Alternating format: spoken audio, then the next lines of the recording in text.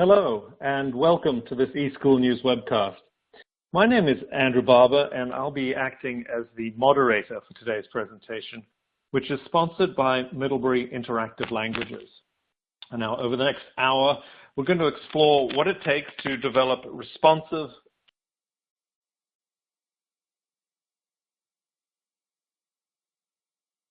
flexible professional development programs for world language and ELL teachers. And as part of that, we're going to hear a case study from the Hartford Public Schools in Connecticut. Now, before I introduce our speakers for today, let me just take a few moments to highlight a couple of items about the console that you're looking at today. First, today's event will be recorded, so you don't have to worry about taking notes. In a couple of days, we're going to send out an email to everyone who attends today, and it will contain a link to the recorded event, and you'll also be able to download a PDF of the presentation from that same email. And second, please ask questions. Don't feel as if you have to wait until the end. At any time during the presentation, if you have a question, just type it into the Q&A box on your console and hit the submit button. I hope we'll have 10 or 15 minutes or at the end when our speakers can answer your questions. We also have a chat function which you can launch from that blue icon down at the bottom of your screen. Use chat to talk among yourselves or to contact me or the eSchool News team with any technical issues or any other concerns you might have. But please don't use the chat function to ask our panelists questions. They're simply not going to have time to monitor the chats. So if you have a question for them, please use the Q&A panel instead. And you'll also see on the console that we have an additional resources list there that has the speakers have put together some additional materials that they think will be very, very useful to you. So if you get a chance, take a look at some of those and jot down the URLs of any that really take your fancy. Now, with that out of the way, let me formally introduce today's speakers. Teresa Bruns is Senior Director of Professional Development at Middlebury Interactive. Teresa taught Spanish for more than 20 years at the high school and collegiate levels and has also taught 7 years online. And Teresa holds a master's degree in Spanish and second language acquisition and a second master's degree in instructional technology integration in the world language classroom. Our second speaker is Dr. Mary Beth Russo from Hartford Public Schools, where she has served as the district's English language learner coach for the last 12 years. She's provided numerous professional learning opportunities to administrators, teachers, tutors, and parents on effective instructional practices for ELLs. And along with a team of district ELL coaches, Mary Beth collaborated with Middlebury Interactive Languages to develop a blended learning ESL curriculum. And our final speaker, Brian Dalius, also comes from Hartford Public Schools, where he serves as the Director of World Languages.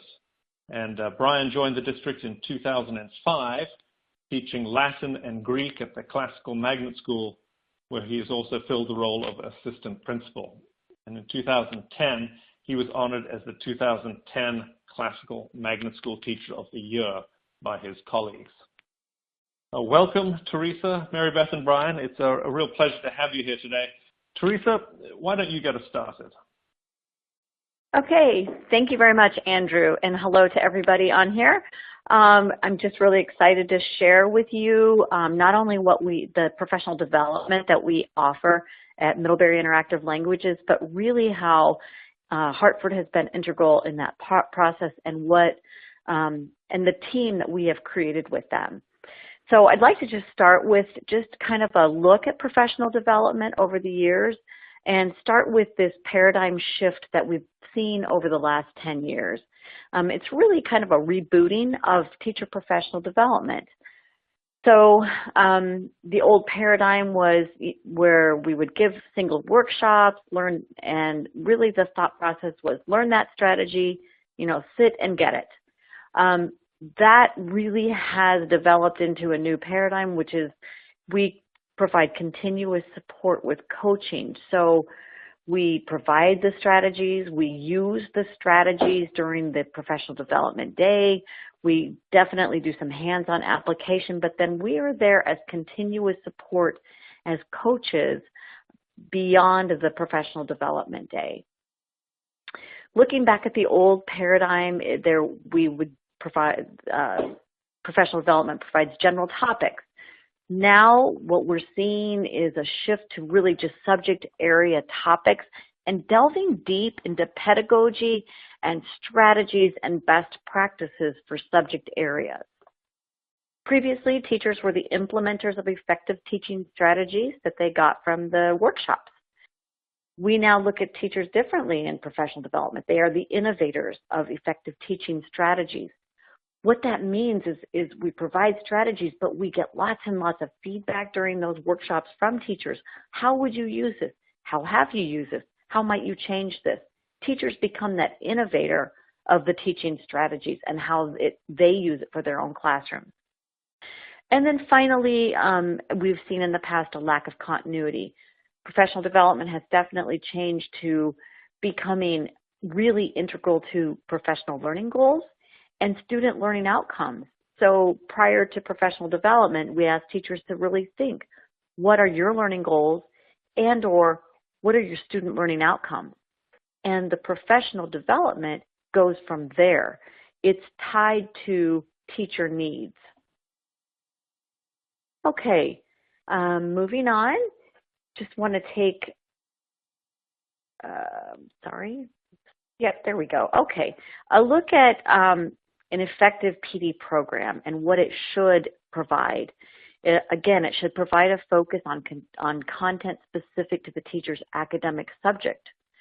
So while generic professional development can be good for a school, what we really like to see, and especially world language teachers, as a former world language teacher, I many times felt like the professional development was not specific to me.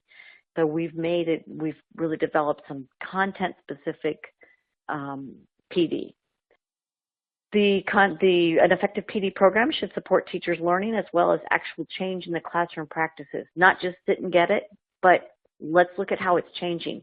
Coaches check back in. How's it going? How can we improve it? How can we change it? The activities are connected to the teacher's goals and student learning outcomes. And again, that continuous support through coaching. This is really a place for teachers to continue to learn from those that are providing the professional development, as well as a place for teachers to continue to learn from others. And I'm going to introduce our PD website later on, where teachers can go to a forum to talk to one another. When we started out doing professional development at Middlebury Interactive Languages, we learned some hard lessons. We learned that teachers' time is precious, and they don't necessarily have time to do a 1-hour webinar during the middle of the day when they may have to get a substitute or they have other things that need their attention. We also know that all of us as adult learners need time to process new strategies. It's great to hear about them, but we also need that time to process. We also need to be able to give teachers time to implement new strategies in the classroom before they can come back and say, I tried this and I need a little bit more coaching. How are you doing it? How might you suggest I do it better? We know that teachers are striving continually to create immersive classrooms in their world language classroom and in their ELL classroom. So we learned that we need to provide really real-life strategies and best practices on how to create effectively those immersive classrooms. And once again, what we do needs to align to their professional goals and their student learning outcomes. And back to the coaching, they need continuous input. So those are the things that we learned when we started this professional development program at Middlebury Interactive Languages. So as a result of what we learned, we came up with the following options. We have options for delivery and we have options for support. So when a teacher comes to us for professional development, they have choices. Would they prefer a pre-recorded module? And basically, these are pre-recorded modules on different topics of professional development surrounding the ELL and World Language Classroom. And teachers can watch these videos on their own time, in their own space, when it's convenient for them. This gives them also time to implement and reflect and get feedback from their coaches before implementing again. Another option is an on-site. There are many districts and schools that prefer to have one of us come on site. So we will go on site, and that's similar topics or the same topics. The difference is you've got that face-to-face experience, and teachers can ask questions, and they get that hands-on time to apply it to their own classrooms while having somebody there to give feedback. And then our third option of delivery is a webinar. Sometimes districts and schools want to bring all of their teachers together for a 1-hour webinar, same as the on-site or the pre-recorded modules as far as theme goes, but just a different venue. And this provides teachers with time to listen to the strategies, give feedback on the strategies, get feedback on the strategies, and then go away from the webinar, reflect on it, and implement it. And then we follow up with coaching, again, to give them input, insights, strategies to change. Along with all of these delivery options, we also have a PD website, which has lots of resources available to teachers that are using our courses. But most importantly, we have the Connect and Contribute forum, where teachers that are using our courses, that are world language or ELL teachers, can go and say, you know, hey, I tried this. Here's a really fun strategy. They can upload documents. They can share their ideas. They can ask a question and get feedback from their peers. And so that's just one more piece of our professional development where teachers are getting feedback on how to develop these immersive classrooms and how to teach effectively in a blended classroom.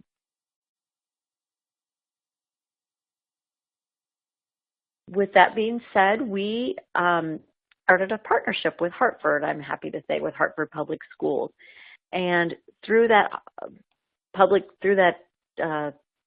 teamwork with Hartford, we went in 2012 and did an audit of both their world language and their ELL classrooms. And I was just lucky enough to be one of those people who was able to go and meet the people in Hartford and to meet the different teachers and to see the different classrooms and to see how they were handling their world language and ELL classrooms.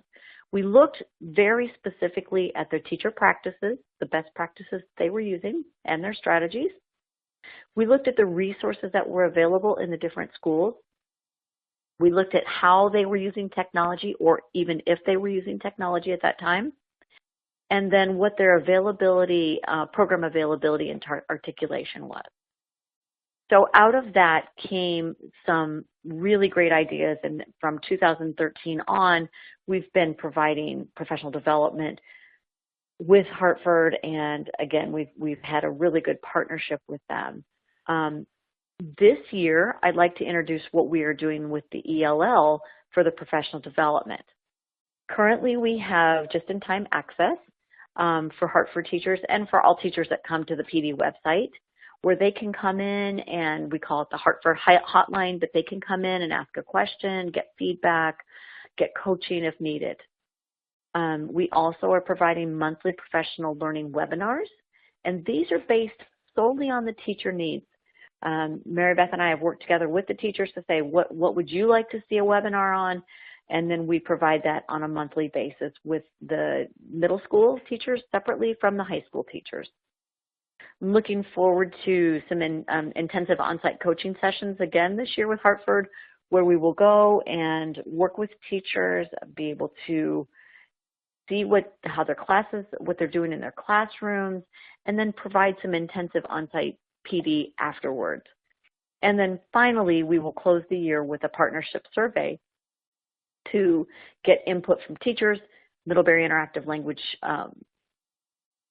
people as well, and from the district administrators. Looking at world language, we've also had a great partnership with the world language team in Hartford. So in 2016 and 2017, we started with an introduction of proficiency and ACTFL standards to the world language teachers. Great group of teachers, very varied in not only their knowledge of ACTFL, but how they were using ACTFL and their proficiency standards. And so that's just very typical of any district. So it was really fun to get in and meet all of them and work with them on those standards. In the fall of 2017, then, we introduced the Core 6 practices for effective world language instruction, and we did those in 2 different sessions, 3 and 3. We continued that in the winter. And then in the spring, we wrapped up those Core 6 practices, and teachers were able to create goals aligned with each practice, along with student SLOs and the teacher PLCs. So that's been a great program as well. Been an exciting year. And on that note, I'm going to go ahead and turn this over to Dr. Mary Beth Russo, and she's going to speak about our ELL. Thank you, Teresa, and welcome everyone to our webinar. I'm going to talk a little bit about the work that we've done with Middlebury Interactive Languages around our teaching and learning for ELLs. So I'm going to give you a little bit of a context for our district. We have about 47 schools, all different kinds of schools, K-12, K-8, 6-8, K-5. We have about 21,000 students, and those students have home languages of more than 80 different languages. We're probably up to 86. It grows almost every day.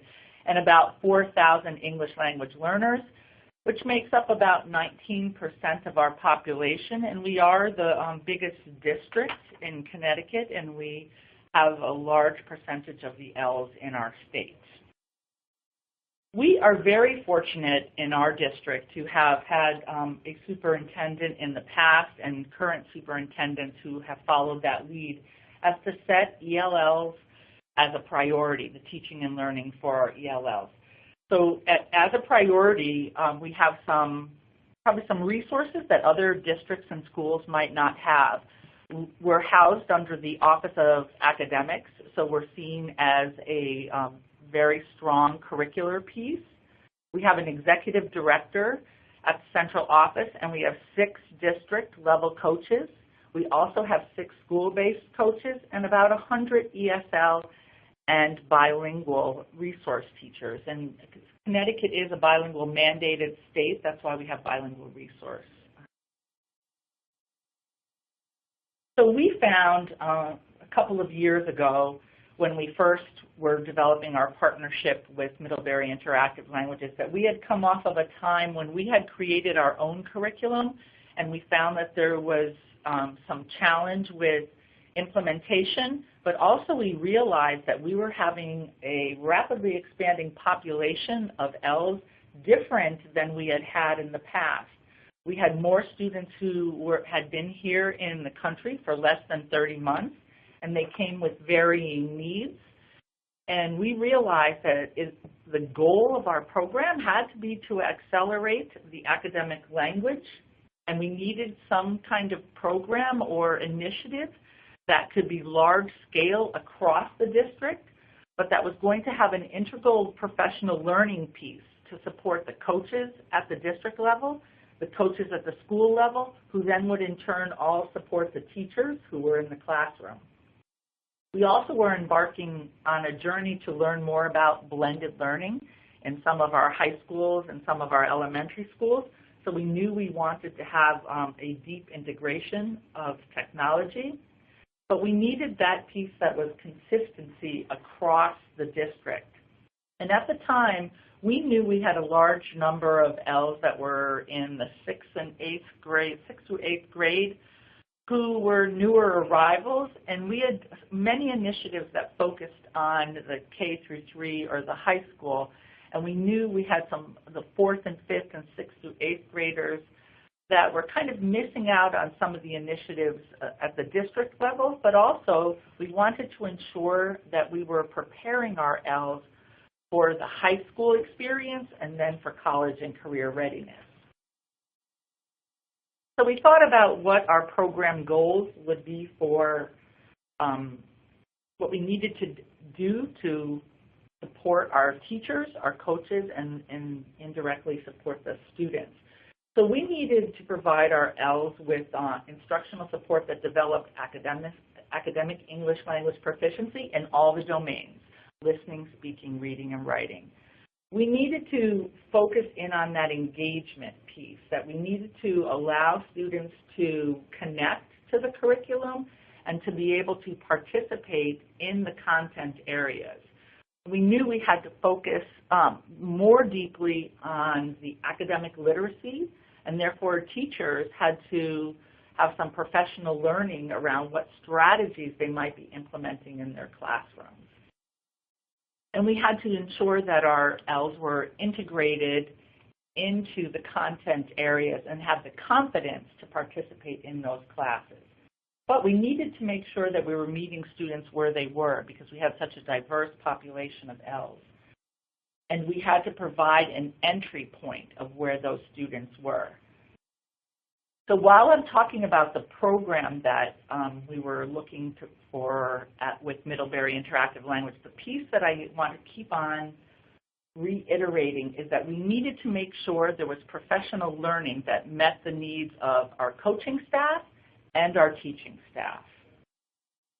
So as Teresa already talked a little bit about the beginning of the MIL and Hartford Public School Partnership, we had gone back and forth before our actual audit with Middlebury, them having coming in and observing some of our practices. We had tried to write a grant together, and that didn't pan out, but we knew that the thought was a good idea.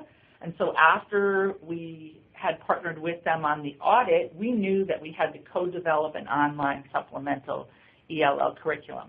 Although it is a supplemental curriculum, we do in Hartford use it as a core curriculum. And so as you can see, Middlebury now offers various levels for grades 4 and 5, 6 through 8, and 9 and 10. And we implement the majority of those levels throughout our district. But as I said, we needed an approach that provided strong professional learning, and it had to be a tiered form of professional learning, because we had coaches at the district level, like myself, who were very well versed in ELL strategies, but needed to have a frame for how we would work with coaches at the school level and teachers to implement the MIL program. So I just want to talk a little bit about our implementation and what that looked like for us, because I think when you see it, you'll see the expansiveness of it and how we've grown each year in our partnership with MIL. So we started off with a pilot of 8 sites, about 250 students and 15 teachers. And that first initial piece, we wanted to include even more schools, but when we talked with Middlebury about being able to provide the intense professional learning that we would need to implement a program such as this, and to ensure that all teachers had the skills and the knowledge, even though that they were certified teachers, we knew that we needed some support on professional learning. They felt that we really need to contain it to our 8 sites and 15 teachers.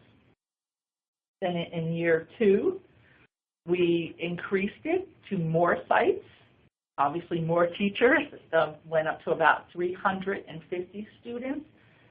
And we then looked at partnering with Middlebury on creating the 9-10 curriculum, which we're now implementing at all of our high schools. And in phase 3, which was this past year, again, we have full implementation of the program at all 3 high schools. And in most of our grades 4 through 8, we have large numbers of ELLs, over 600 students. And we've done a lot of coaching and professional learning. And as Teresa said, we've learned a lot as well on the professional learning and what is effective for our teachers on the ground level. So this is the model that Teresa talked a little bit about. This is where we are. It includes various offerings, and we try to encourage our teachers to pick the offering that works best for them, including the just-in-time chatting feature, or if they want to join a professional learning community, they can do that. We have different cohorts of teachers. We have more veteran teachers who have been implementing the MIL program for some time, and we have some new, they might not be new to the teaching profession, but they're new to implementing MIL, so we encourage them to participate in all different offerings that we have in professional learning. So I'm going to talk a little bit more about what we focused on in professional learning of every year. In year one, our initial professional learning session with ESL teachers, we started at the beginning of the year. We had 2 full days of professional learning, and what I think really struck us was the partnership with Middlebury Interactive Languages, that it just wasn't a group of experts coming in and presenting strategies to our teachers. We collaborated with them and really built the professional learning to meet the needs of our district. And I think that's a piece that's very beneficial and will really support the teachers on where they are. And we talk about differentiating instruction. It really helped us differentiate the professional learning to meet the needs of the teachers. We continued on with that professional learning with the support of Middlebury Interactive Languages throughout the year with our coaches at the district level and then our coaches at the school level. We had several site visits from our friends at Middlebury, and they would come in and really wanted to see how the coaching and the professional learning was impacting the implementation of the program, and to see then where we needed to target more of our learning. The one thing that I did want to talk a little bit about was this first year of implementation with the professional learning around the program. Not all teachers were excited to begin this work. We had some very veteran ESL teachers who really believed that they knew what they should be offering to their students. We traditionally had pull-out classes of small groups or push-in where teachers supported content area teachers. So there were mixed emotions with attending a professional learning that was now changing the paradigm for how they were going to teach and what they were going to teach. So it really was a little bit of we talk about change and how you have to move through the thinking of change and the growth mindset. And teachers at the beginning who were reluctant to participate, by the end, couldn't believe how much progress they themselves had made as teachers, but also their students had made. And we really felt that we had to stay consistent with this professional learning and move through it, because we had no consistency across the district of implementation of any kind of program or professional learning. Therefore, we were collecting no data from our ESL teachers on the progress of our students, and there was really no accountability. And now when we have our PLCs with our teachers, you hear them talk about the data, you can hear them talk about what the similarities of what they're doing in their classes, and it's just a more unified approach to addressing the needs of our ELLs. In year two, as I said, we expanded implementation with more schools, and we really approached our professional learning in our partnership with MIL with 2 different tiers. And when we had our professional learning to begin the year, that kickoff, Middlebury worked with some teachers and our coaches worked with other teachers, because at that point we were able to say, these are our teachers who are in year 2 of implementation, and they were demonstrating some phenomenal changes in their practice, and we wanted to highlight the work that they were doing and giving some ownership of the professional learning to them, while Middlebury worked with our newer teachers coming on board. We continued on with our site visits to identify high performers, but also to keep on identifying those areas of growth and where we needed to make change in our professional learning. And we brought the high school teachers on board with our professional learning. Now, one thing we learned, that we probably should have brought the high school teachers on board at the beginning of the year. We didn't implement the professional learning around the Middlebury Interactive curriculum until mid-fall, and we learned that we really should have done it at the beginning of the year. So the next year, we really focused on our high school teachers. And that's been our focus this year, is really on getting the implementation at the high school level and offering them varied levels of support in professional learning. As Teresa mentioned, we have our just-in-time coaching sessions with the online chat. We've implemented the webinars to support our professional learning. We have about 3 or 4 different professional learning communities, and the teachers all meet together. They share their work, they share their data, they share student work, they share practices that they're implementing, as well as gain new learning from the webinars. And we're excited about the intensive coaching that Teresa mentioned, where we have 2 sites where Middlebury is coming in to spend a couple of days with our teachers and coaches, observe practices, and then to have a day of debriefing and building on those practices. So our future goals, we're going to continue our implementation, of course, of MIL curriculum, but as we've gone through the year of doing some more on-site visits, we're trying to target where our biggest areas of growth need to be. We're going to continue with our professional learning communities and build out more webinars with Middlebury Interactive Languages. We're going to really focus on academic discourse and the blended learning environment, and so that's a key piece, and that was a shift that we had to make with our teachers, that we need to have small group instruction and whole group instruction, just not all teacher-directed instruction, and Middlebury has really helped us make that shift in our teachers in how they approach teaching and learning with their ELLs. So now I would like to hand over the presentation to my colleague, Dr. Brian Dalius, who will talk to you about the world languages. Thank you, Mary Beth, and greetings to everyone who's participating and listening today. I will pick up with a little bit of context specifically about the World Language Department. You've heard some about the district in general, so I'll get into a little more specifics about world languages.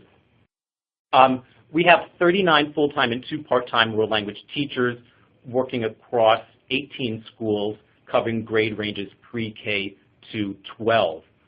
We offer Ancient Greek, Latin, Mandarin, and Spanish. And our upper-level classes include University of Connecticut Early College Experience for our advanced Latin class at Classical Magnet. And one school, Buckley High School, offers AP Spanish. For the last few years, they've been doing the language and culture exam, and next year we will be able to offer both.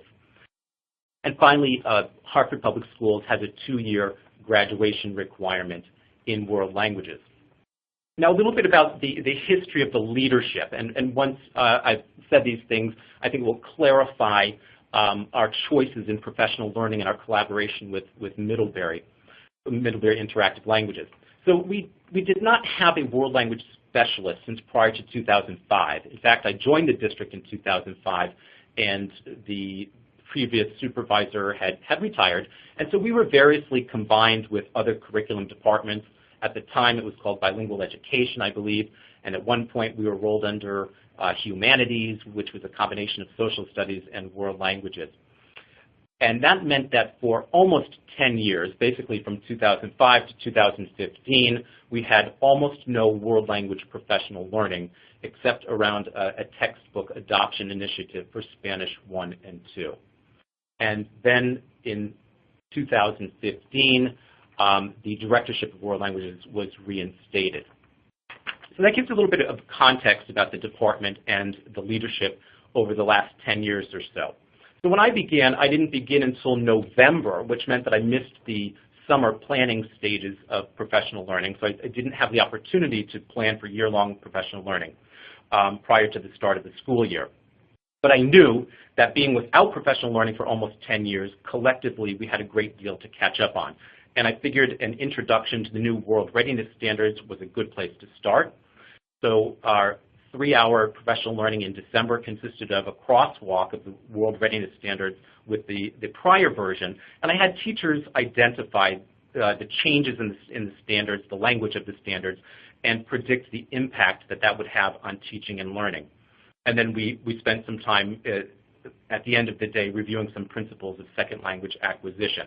And my focus was really to develop a common language about language learning. After the December session, I was able to contract with Middlebury Interactive Languages to have facilitators plan and run the full-day professional learning that was scheduled for February of 2016. And I felt that reviewing the world language standards in December had established the foundation for work on proficiency, and I had armed the teachers with copies of the standards and the actful and accessible can-do statements, as well as proficiency guidelines. And so I had asked our facilitators to focus on proficiency-based teaching and assessment, as well as immersive techniques, which is really the hallmark of the Middlebury experience. So we were fortunate to secure Terry Goodlett and Teresa Bruns, whom I had met a couple of years previously during Middlebury Interactive's audit of world language programming in Hartford Public Schools. And just an interesting detail about that first day, it was actually a delayed opening due to a snowstorm. So unfortunately, the work that we had planned, or that Teresa and Terry had planned, had to be compressed into a shorter time. But at least our staff was introduced to the proficiency-oriented teaching and assessing, which really laid the foundation for the deeper programming that I was beginning to envision for the 2016-2017 school year. And then in March, again, a half-day, 3-hour professional learning day in which I organized breakout sessions to have smaller groups of teachers address their specific needs pertaining to their students. For example, we had Spanish for Spanish speakers session to address heritage and native speaker needs, as well as immersive techniques, including the use of the integrated performance assessment, online blended resources, and classical language learners. So I was attempting to differentiate based on the specific language programming in different schools and the ages and the varieties of the learners. So I began to develop my vision for professional learning prior to the beginning of the 2016-2017 school year around the 6 core practices for effective language learning as identified by the National Movement Leadership Initiative for Language Learning. And I was inspired by a series of webinars that were beginning to be produced by Connecticut Leadership Initiative under the direction of my counterpart in Stonington, Connecticut, Leah Grenier Kennedy. And each webinar focused on one of these practices. And the articulation of the 6 practices was born out of seminal work by Eileen Glisson and Judith Schrum, who are the authors of Teacher's Handbook, Contextualized Language Instruction, with which many of you are probably familiar, and then further articulated by Eileen Glisson and Richard Donato in a very recent ACTFL publication entitled Enacting the Work of Language Instruction, High Leverage Teaching Practices. So this framed out my vision. It made sense to look at the most current research and resources in teacher preparation as a way to drive our professional learning. So the summer prior to the beginning of the school year, I was in contact with Teresa and Terry about framing out the learning for the year, which included 3 full days, one each in August, November, and February, that I wished them to facilitate. And I shared my ideas with our Middlebury Interactive facilitators, and I suggested the groupings of the core practices, and they fleshed out the agendas for each day as well as assembled materials.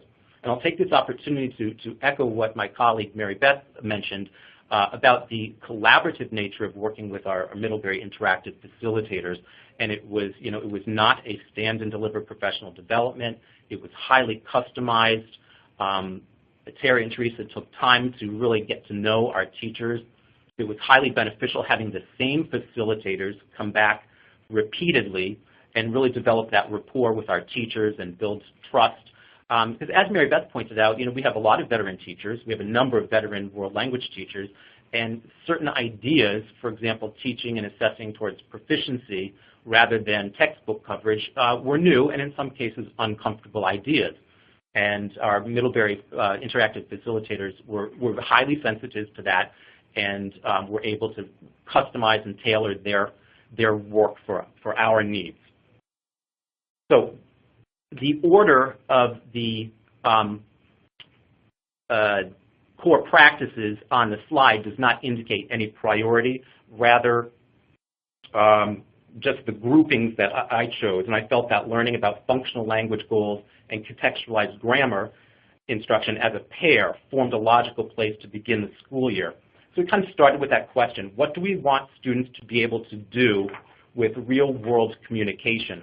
And that was my sort of first step in moving us away from grammatically sequenced, textbook-driven approach to instruction and assessment. Okay, moving on. So again, the order presented here is the grouping. We, again, front-loaded the beginning of the year with the functional goals and contextualized grammar, and then addressed the following 4 in our professional learning later in the year in November. I won't read everything off of the next 2 slides. This is just a brief summary of how we grouped those core practices, and those sub-bullet points refer to the ideas and the activities that Terry and Teresa brought with them for our work together.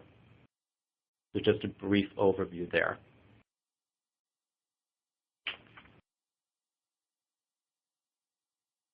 Okay, moving on.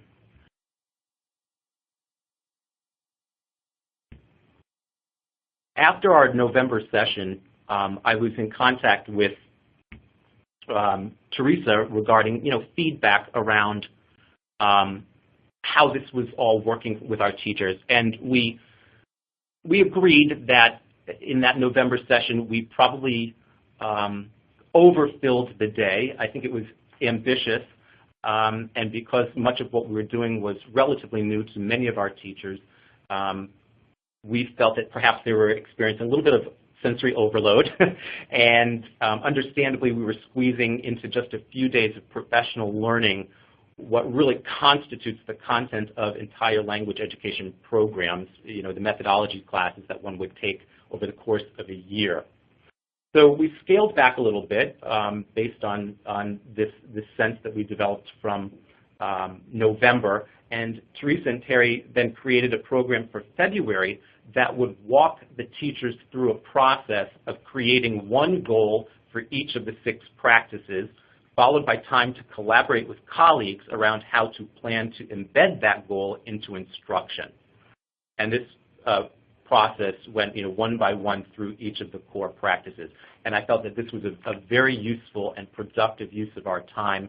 I think it made it more concrete for our teachers, and again illustrates just how sensitive to our needs our Middlebury Interactive facilitators were and continue to be, and were able to customize that to our experience. So that briefly is the professional learning that Middlebury Interactive customized for our world language teachers. And I'm going to move forward here and talk about some of my future goals for programming here in Hartford Public Schools. And moving forward, I would like to take a deeper dive into proficiency and really develop a solid understanding of what language learners, quote unquote, look like at major levels and sub-levels of the ACTFL scale, and get them to release dependency upon grammatically sequenced textbooks that drive instruction towards chapter coverage rather than developing real-world communication skills. I would also like to develop curriculum that's thematically based with proficiency benchmarks. We are currently actually developing our common end-of-course assessment for Spanish 1, in which there will be tasks that are inspired by can-do statements as well as integrated performance assessments. And hopefully we can assess progress towards proficiency at key grades and levels using commercially developed assessments such as the Apple measure or the Avant stamp product. Additionally, we are working now on increasing our AP Spanish offerings. I'm working closely with our Executive Director of College and Career Readiness so that we have equitable access to these upper-level courses across the district.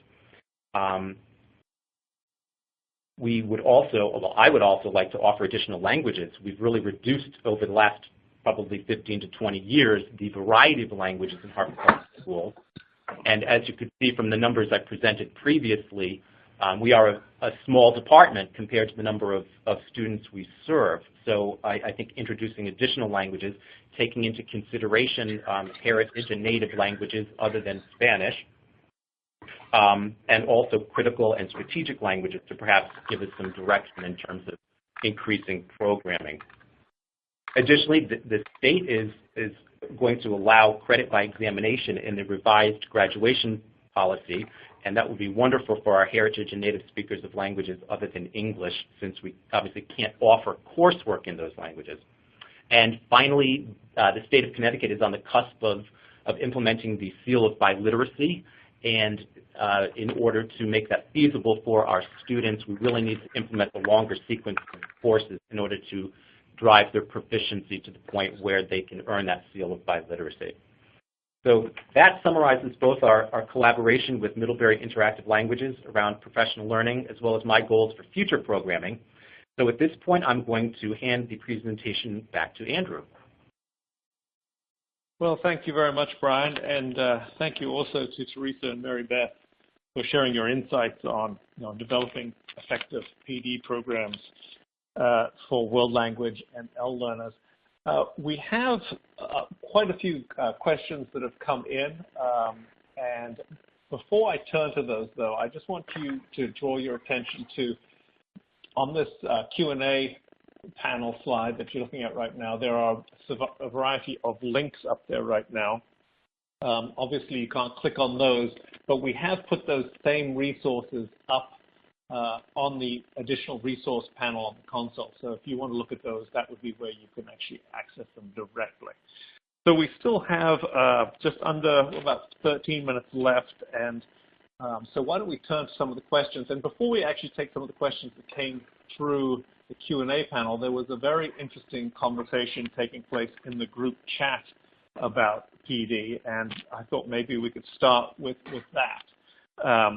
And Teresa, I'd like you to kick off with this one and then maybe come back to Mary Beth and Brian as a follow-up. But one of the issues that some of the people in the audience were talking about was of persuading sometimes older teachers, more experienced teachers, to participate in PD programs, particularly if the training is coming at the hands of maybe a younger person, and the reluctance amongst more experienced teachers to participate.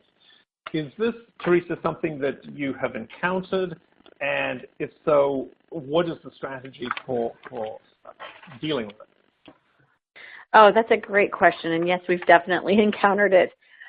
We've taken a couple of different strategies with the Hartford ELL and the Hartford World Language, and I'll speak first about the Hartford World Language.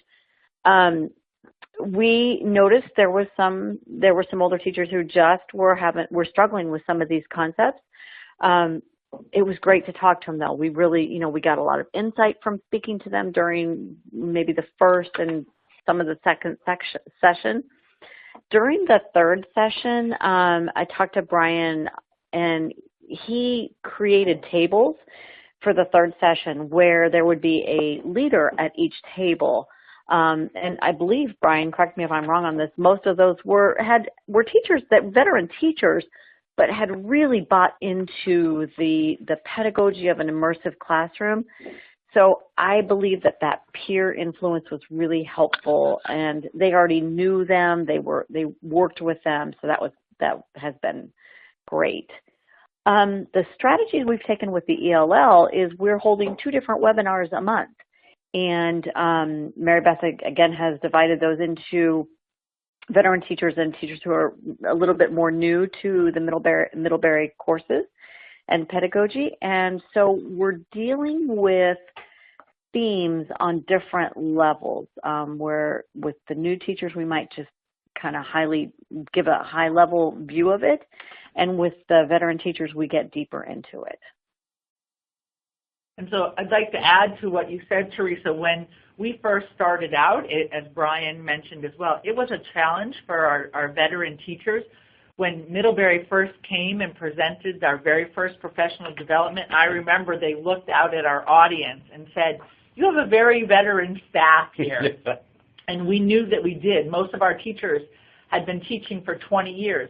So what we did was we kept validating the practices that they already knew and kept working on that individual coaching with them as they pushed through learning the new pedagogy and embracing the new strategies that we were asking them to implement.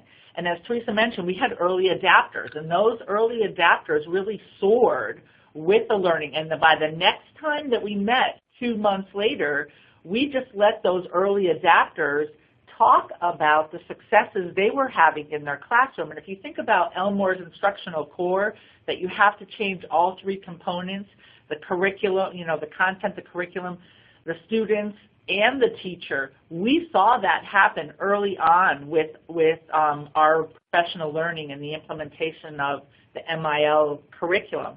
So soon as we got teachers to talk about their change in pedagogy and how their students were reacting, other teachers said, yeah, I'll try it. And by the end of the year, we had one teacher who was ready to retire before she started and was saying, my students can't do this. I need to go back to my other way of teaching. By the end of the year, she was like, bring me more. I am embracing this. So I'll add to that. I'll say, Teresa was correct. We did have strategically placed teachers who had really bought into this notion of teaching towards proficiency, et cetera, all the core practices. And I have to say that even though for a number of years we did not have world language professional learning, some of those very individuals engaged in their own professional learning over the years at their own expense. And so, true lifelong learners who then could, reflect that in their own practice and working with their colleagues. And similarly to what Mary Beth just mentioned about the instructional core, and that's why I mentioned in my closing remarks that I would like to see us develop the kind of curriculum that would support the instruction towards proficiency in language learning. So all of those things obviously do need to work closely together and really cannot lag in any way. But I was very happy that when we started professional learning last year, my world language teachers were very enthusiastic because they hadn't had district-provided world language PD in so long. So I think we started out with a very positive working relationship, and that certainly helped. Okay. All right. Well, thanks, Brian. I also just wanted to follow up again on something that was a conversation that was occurring in the group chat. And Teresa, you started in your presentation, you talked about time and time being a major factor and issue for teachers and professional development in general. And you had talked about online components and modules that teachers could do in their own time and when they're doing it. Some of the people in the group chat were talking about, if that's the case, if you've got these online modules or things, how do you ensure that the teachers are doing the professional development? Is there a follow-up? What is the system that ensures that the teachers are doing what they're expected to do? Can you talk about that? Sure, I can talk about that. And that's always a question that we get. So what we do is we just continue to follow up with them with coaching. I know that I sent you this module. Did you watch it? Did you have any questions? And I will tell you that just sometimes that little nudge, we get an email back saying, oh, sorry, I forgot about it. I'm going to get on it right now. We have a process where we nudge them 3 or 4 times. And always are available to them through Skype, through email, through phone. I'm going to guesstimate about 70% of our teachers, of the teachers that purchase them, are watching them and are coming back for at least one follow-up question. But of course, they are adult learners, so we can't assure that everybody is watching them if, for example, a district buys it and, wants the teachers to do it. But I do believe the coaching is key.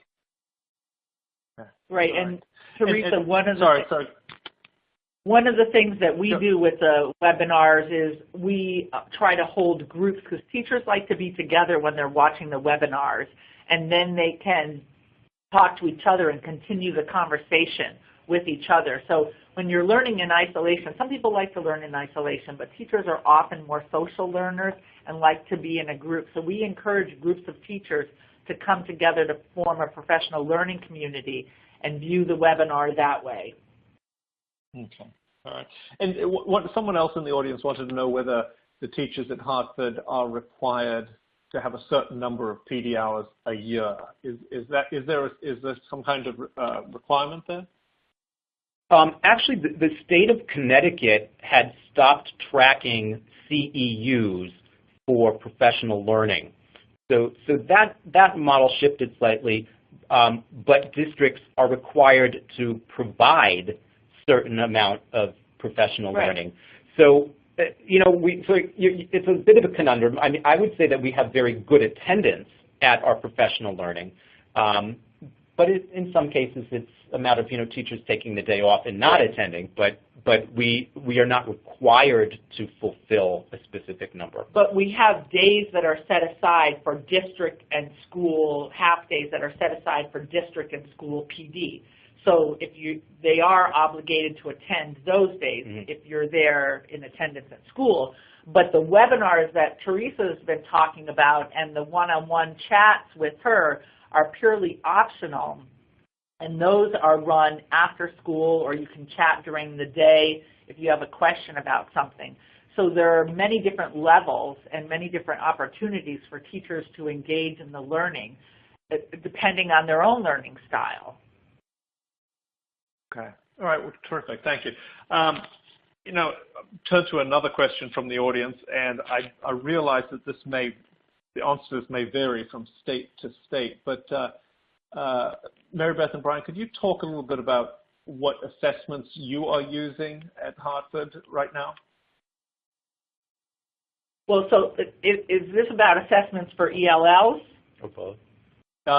Yes. Why don't we start? Sorry, of course. Why don't we start with assessments for ELLs? So, Mary Beth, why don't you lead us off there? So, each state has to have their under the new ESSA federal guidelines. Every state had to have their own standards and then choose an English language proficiency assessment. There are various assessments out there. Connecticut happens to be one of the few states that still is using the LAS links, LAS links. There are other assessments out there like the ELPA 21 assessment, the WIDA access assessment. But if we're talking about the assessments that students participate in, we would hope that the professional learning that teachers are engaging in are moving towards students demonstrating some learning through those assessments. And we've seen that growth in our Lost Links assessment. And I know Teresa has put up some of the resources of the research done on Hartford Public Schools and the implementation of the MIL program with our ELLs. And that program included that intensive integrated professional learning. And as far as world languages is concerned, we have not had district-wide common assessments, at least not for a very long time. So we're moving back in that direction. I want them to be performance-based, real-world communicative tasks. And really, I think the higher standard would be to make use of the commercially available assessments towards proficiency, either the ACTFL assessments or the AVANT assessments for a truly objective and standards-based and proficiency-based assessment of student language acquisition. Okay, great. Now we don't have much time left, so I'm going to throw in one very quick question. Brian, I'm going to stay with you. Okay. During the course of your presentation, you mentioned a book that you made some reference to a book, and someone in the audience really wants to know what that book was. Sure. I mentioned two actually, so let me go back. One was by Shrum and Glisson, and that was contextualized. Let's see, where did I'm sorry. I'll write it in the chat for you if you can find it. Contextualized. Okay, so we're going to put this into the the second one was a 2017 ACTFul publication by Schrum and Donato. I'm sorry, Glisson and Donato. Yeah, Glissan. We'll put that up in the chat. Yeah, we'll get the full accurate right. cut. Sorry. Yes. Sorry. Yes. All right. That's it. We have completely gone through our hour, so I'm afraid we're going to have to wrap it up. I'm afraid there were some questions that we didn't get to today, but we have gone through our hour. So as we wrap up, I really want to thank Teresa Bruns, Mary Beth Russo, and Brian Dalius for really excellent presentations and a very lively Q&A at the end. And I'd also like to thank Middlebury Interactive Languages for its support today. Now, one final reminder, we will send out an email to everyone who attended when the recording of the webinar is ready, and maybe we'll even include the titles of these 2 books. But thank you, everyone, for attending today, and this concludes today's webcast. Goodbye. Thank you.